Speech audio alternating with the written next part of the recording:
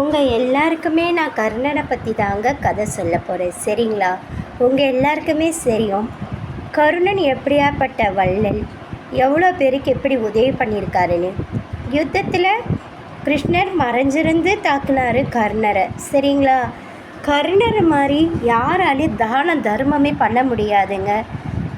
தன்னுடைய கிரீடத்திலேருந்து, அதாவது தன்னுடைய தலைப்பாய்கள்லேருந்து எல்லாத்தையுமே தானம் பண்ணவர் தான் யாருன்னு பார்த்தீங்கன்னா வள்ளல் சொல்லலாம் கர்ணர். அது மிகையாகாது. ஒரு நாள் கர்ணர் இறந்துடுறாரு இல்லையா? போர்க்களத்தில் கண்ணன் வராரு, பேசுகிறாரு. இப்போ ஒரு பாடல் கூட நீங்கள் எல்லோரும் படுத்திருப்பீங்க. ஆனால் அந்த கீதாச்சாரத்தில் ஒரு சினிமாக்காக எடுக்கப்பட்ட பாடல் உள்ளத்தில் நல்ல உள்ள முறங்காது என்பது நிஜ வாழ்க்கையில் சார வம்சமாக கொண்டது, சார மந்திரமாக கொண்டது கிருஷ்ணருடைய வார்த்தை. இது இங்கே யுத்தமும் தர்மமை வெல்வதற்காக மட்டுமே, யாரையும் அழிக்கும் என்றும் நோக்கத்தில் இல்லை என்று சொல்லியிருப்பார்.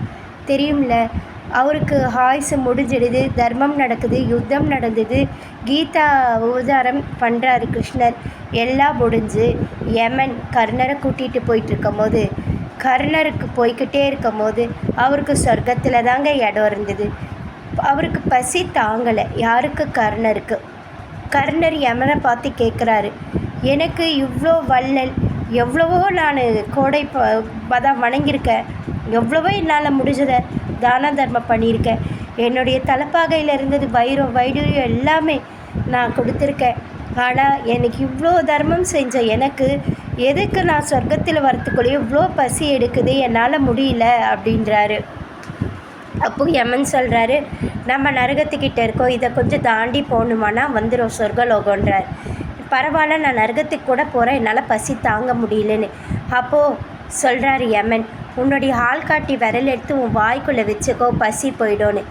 எனக்கு எதுக்கு இவ்வளோ பசி, என்னால் தாங்க முடியாத அளவுக்கு உன் கூட நடந்து சொர்க்கலோகத்துக்கு வர முடியாத அளவுக்கு இவ்வளோ பண்ணனே, என்னால் ஏன் இந்த பசியை தாங்க முடில? வள்ளல் நானே, கொடுத்து வணங்கின நானே இன்றைக்கி பசின்னு உன்கிட்ட கையேந்திரனே ஏன்னு கேட்டபோது அப்போ சொன்னார், நீ வள்ளலாக இருக்கலாம், நீ வைடூரியம் எல்லாத்தையும் கொடுத்துருக்கலாம், ஆனால் பசியை தீர்க்கக்கூடியது அன்னந்தானே. உன்கிட்ட ஒருவர் ஒரு நாள் பசி என்று வந்தார், நீ நினச்சிருந்தா உன் இல்லத்துக்கே கூப்பிட்டு போய் சாப்பாடு கொடுத்துருக்கலாம், உங்ககிட்ட இருக்கிற கை கெட்டின பழமும் என்ன இருக்கோ அதை நீ கொடுத்துருக்கலாம். ஆனால் அவருக்கு நீ வைரமோதிர கொடுத்து தோ அன்னதானம் போடுற இடம் அங்கே இருக்குன்னு சொல்லி அமிச்ச.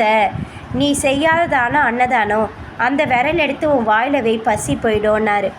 ஏன்னா அவருக்கு ஏன் அந்த பசி போச்சுன்னா, வாய் எடுத்து விரலை வைக்க சொன்னார்னா, அன்னதானம் போடுற இடம் எங்கன்னு கேட்டபோது ஒருத்தருக்கு வழி காமிச்சிருக்காரு. அதுதான் உண்மையாலே தானத்தில் சிறந்த தானம் அன்னதானம்.